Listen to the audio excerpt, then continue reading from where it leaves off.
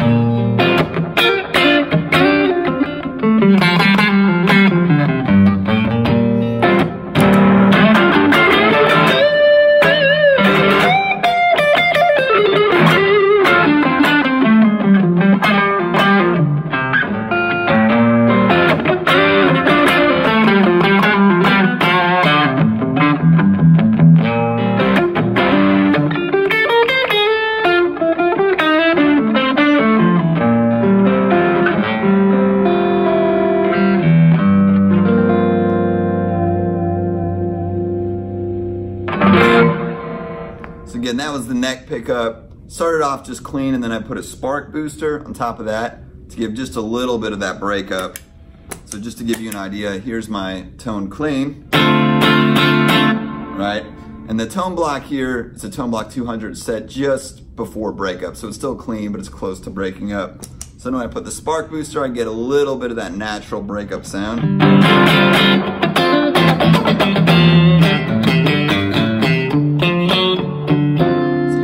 Reacting really nice to these single coils. And then I put an 805, which is a tube screamer on top of that.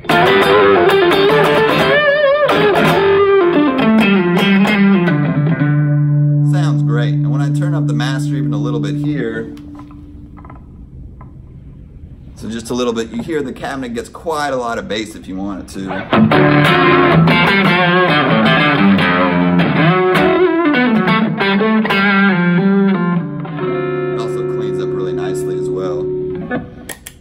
So changing gears here, I'm gonna go to position 2. That's between my middle and bridge pickup here. I'm gonna start off totally clean to get rid of the reverb and the little bit of delay I had on. And then I'll do the same kind of thing. Start clean, and I'll have it get a little bit dirtier, see how it likes these single coils.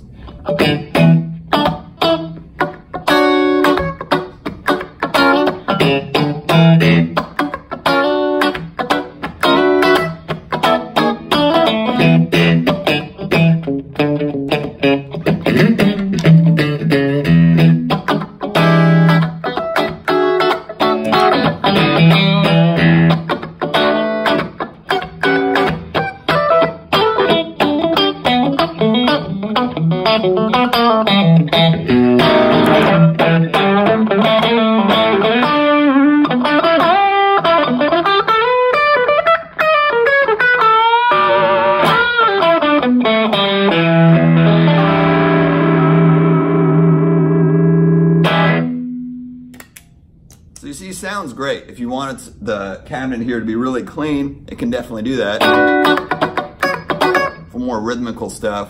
Then when I stack the spark booster, and the tube screamer, a lot of lead, a lot of body to the cabinet too. Again, good amount of bass, very pronounced mids, and it's a nice upper end too. The treble isn't too, it's present, but it's not too ear piercing. It's a pretty bright guitar. My tone's all the way up, so it's still not. So it's still very present, but not ear piercing or anything like that. I'm gonna do one more sound here, and then I'm gonna switch over to my PRS SC58. So I'm gonna go on my bridge here. I'm gonna turn a little reverb and delay back on. And this will be the Soul Food, which is a clon style kind of pedal. I have the gain pretty cranked. It's a pretty low gain pedal. This is gonna give you a little bit of that single coil twang. And again, the bridge, which is usually pretty harsh on a lot of amps, you'll see in this cabinet, it's nice. It's not too, the treble isn't too over the top or anything like that. So that's gonna sound something like this.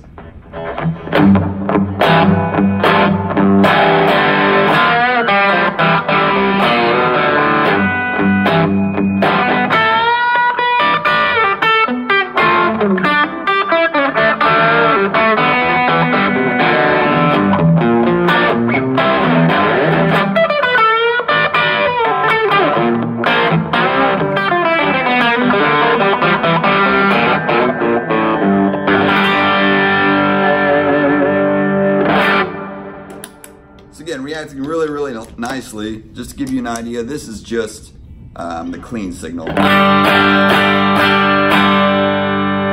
for me, I really like that with single coils in the bridge. I'm not a huge bridge single coil guy, but see, that's a very usable sound. It's not too over the top, right? So what I'm gonna do now is I'm gonna switch over to a Les Paul and do the same kind of thing, give you some clean and dirty sounds. So let's see what that sounds like. All right, so I'm back here with my PRS SC58. This is a Les Paul style kind of guitar, traditional 58 kind of thing. And I'm gonna start off, I got the gain way back and the master up a little bit, just so the amp's totally clean, and we'll get like that humbuckery, jazzy sound. So if you're looking to maybe buy the amp primarily for jazz or more straight ahead clean, it does that really well. So it's gonna sound something like this.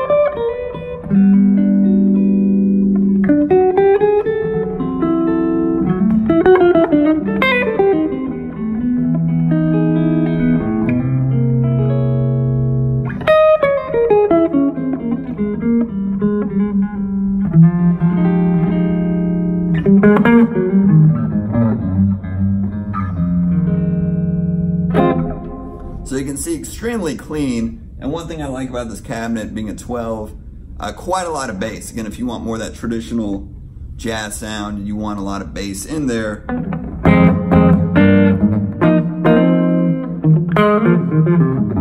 hopefully you can hear it in the video, you can get quite a lot of it, and I even have a little bit of the bass roll down. So that was my neck pickup. I have my tone rolled down about halfway to get a little bit more traditional on the jazz sound. And these just have 10 gauge strings on it. So if you have thicker strings, you get the even better sound for that kind of thing. I'm gonna go to the middle. What I like to do a lot on this guitar is I roll back my neck just a hair to get rid of some of that bass. And I use this in-between position, the bridge is on all the way. And I'm just gonna ring out some chords. You can hear the cabinet and the tone block together, really nice presence to it.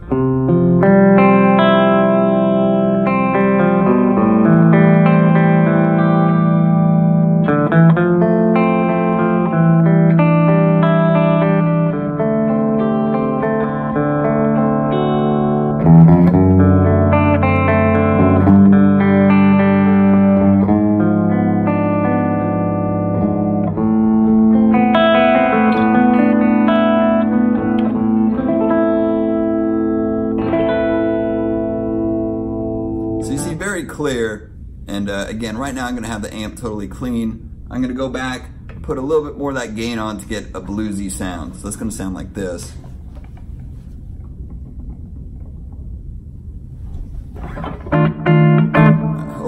roughly the same volume where we started. So now the amp's is closer to a natural breakup, but still basically clean. But when I hit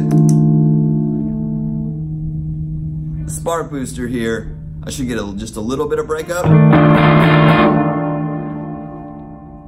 Turn the reverb down a bit. So I'm gonna get just a really nice blues sound here in the in-between pickup.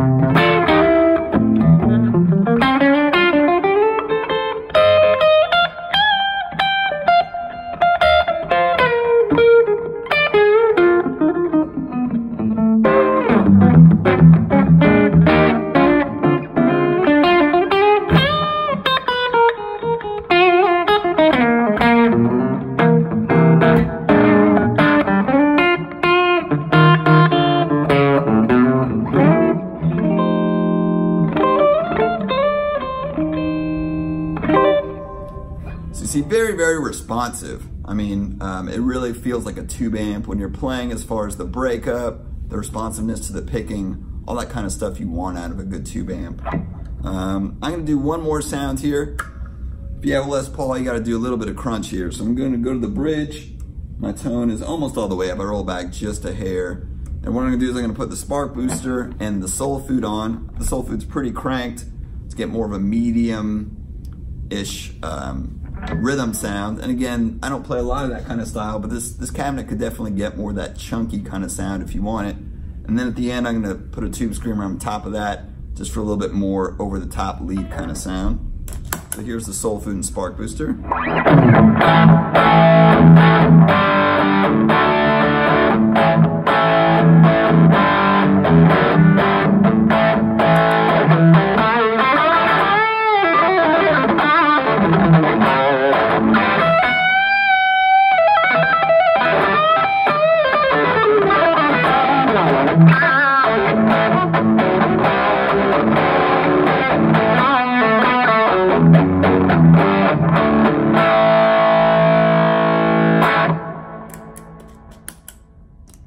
And that, by the way, is really, really loud in here. I think this is just a little bit below 10 watts, and it goes to 200, so that just gives you a vague idea of how loud this thing can be. So just some final thoughts on it. I think it's great. I mean, it's a really, really good sounding cabinet. I've had it a month and a half. I've done gigs with it, everything from jazz gig to full wedding, like top 40 kind of gig. And it can really get just about any sound I want. Again, when I'm doing jazz and clean, I can roll back the gain on my tone block, stay super, super clean. For a lot of my gigs, I want it like right on the verge of breakup. So what I like about this is I can set my tone block to close to that breakup point, and then no matter what volume of the gig is, I can get the sound I want. So if it's a little softer one night, cool. If the band's cranking one night, you know, I can do that volume thing too. At under 20 pounds, I mean, it's pretty crazy. Used to logging around a tube amp that's at least 50 pounds or whatnot. With this thing, with a head and everything, it's, I don't know, probably under 20, 23, 24 pounds, somewhere in there. And it's loud enough really to go anywhere. You notice it is a little bit smaller. So what I noticed, like if I'm used to playing with a deluxe reverb, another 12-inch tube combo amp, I think because of the size, the sound dispersion is going to be a little bit smaller, which isn't a bad thing, but it's, you know, kind of a tight, a little bit smaller. Again, very loud, sounds very big, but just one thing to get used to. Only potential cons with this, probably people look up the price. It's $499, which is a little on the high side. You could get a lot of different cabinets for that price. Obviously, solid state wise, you could get an amp with tons of effects and all that for that price. Or you're like, hey, I could just get a Pro Junior or Blues Junior or some kind of cheaper tube amp for that, around that same kind of price. But I know with my other Quilter products that I've had, they're all about quality, and they don't want to sacrifice or cut off anything. They want it to be a great product. So I mean, I think it's worth it if you, especially if you already have a ToneBlock series head or another Quilter head, and mounts right in this. Again, I can show up to any gig. It could be a rehearsal. I need a quiet, cool. If it's a crank and rock gig, it sounds great. And you can even put, you know, more. You can buy more than one and put them together, and then it'd be insanely loud. But by itself, it sounds really, really big for a 12. Again, I'm very impressed by the low end. It sounds great. One only other con I can really think of is I know the 10-inch one is built so it can naturally tilt back. And this one's not, I imagine, because of the size of the speaker and whatnot. Maybe it wasn't possible, I don't know. So for me, I never have my amp on the floor. I just think it's a bad idea. So I always have an amp stand. Obviously here it's just on a table right next to me. But it would have been nice if somehow it could be made to naturally tilt back, but I just carry a little amp stand, and it's not a big deal at all.